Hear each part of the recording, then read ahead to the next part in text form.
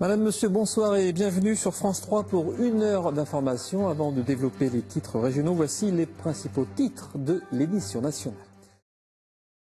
Une clinique privée qui veut s'installer dans le périmètre de l'hôpital public à Orléans et la polémique est née. Un projet d'accord cadre entre la direction du CHRO et le groupe privé Vitalia suscite une levée de bouclier chez les autres cliniques privées du futur pôle au nord et chez les salariés publics.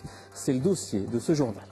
Un pôle public santé au sud de l'agglomération d'Orléans, un pôle privé au nord avec le regroupement de 4 cliniques. C'était le schéma simple de l'offre de soins, un schéma trop simple selon le groupe Vitalia, propriétaire de tout ou partie de 2 des 4 cliniques, qui lui veut s'installer au sein du nouvel hôpital public, d'où une levée de bouclier de quasiment tous les acteurs du dossier. C'est le cas du syndicat Sud qui a appelé un rassemblement devant l'hôpital La Madeleine. Les manifestants dénoncent, je cite, l'arrivée du privé lucratif qui signe la fin de la chirurgie publique et de l'accès aux soins des plus démunis. Retour sur cette polémique avec Séverine Bourgault et Mélanie Trechler. C'est l'un des plus grands chantiers hospitaliers de France. Le nouvel hôpital sud d'Orléans proposera d'ici 2015 une offre de soins considérable, 1300 lits et une vingtaine de blocs opératoires. En parallèle, un pôle de santé privé est actuellement en construction à Saran, au nord d'Orléans. Il devrait regrouper 4 cliniques. Problème, 2 d'entre elles, appartenant au même groupe, souhaitent finalement migrer vers le sud et rejoindre ainsi l'hôpital public. Le principe est très simple, c'est améliorer l'offre de soins pour la population d'Orléans au travers d'un projet médical commun où on apporterait des synergies médicales, des complémentarités médicales.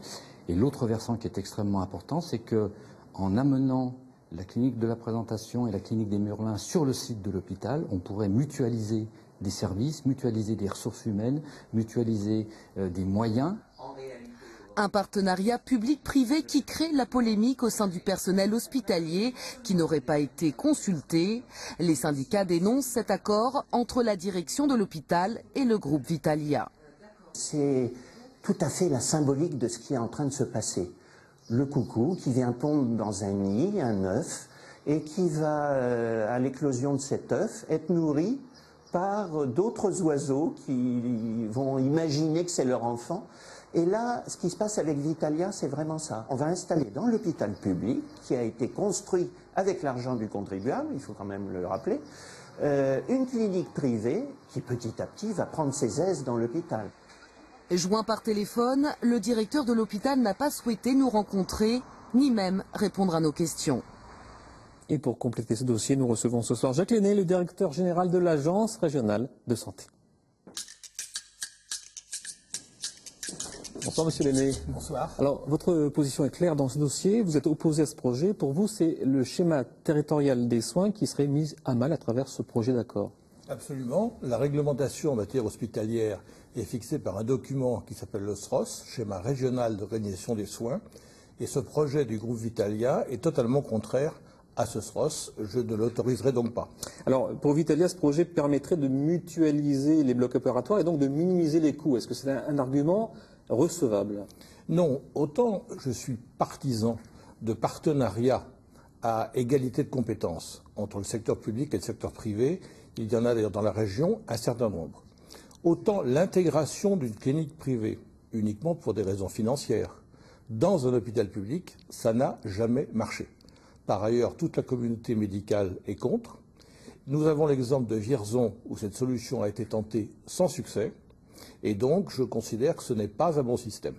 Puisqu'on parlait de réduction des coûts, dans une époque où on parle aussi d'économie en matière de santé, on va changer de sujet, Monsieur Lenné, pour parler de la télémédecine. C'est une nouvelle méthode de diagnostic à distance. Il y a 11 établissements hospitaliers et 80 médecins libéraux qui ont recours dans la région. Est-ce que c'est l'avenir de la médecine, la télémédecine? Alors, c'est une partie de l'avenir de la médecine. Cela répond notamment aux besoins importants de cette région, de faire un médecin spécialiste qui peut être situé à quelques dizaines de kilomètres et grâce au progrès de la télétransmission, donner au médecin qui est sur place son avis exactement comme s'il était sur place. Et donc c'est pour réduire les inégalités sociales et territoriales? C'est pour réduire les inégalités territoriales d'accès aux spécialistes, c'est une de nos priorités. Merci beaucoup, Jacques Lenné, pour l'ensemble de ces précisions. Dans quelques instants, on place à vos éditions locales en Touraine et dans le Berry. Je vous retrouve pour l'édition Plein Centre sur le Loiret, l'Eure-et-Loire et le Loir-et-Cher. À tout de suite.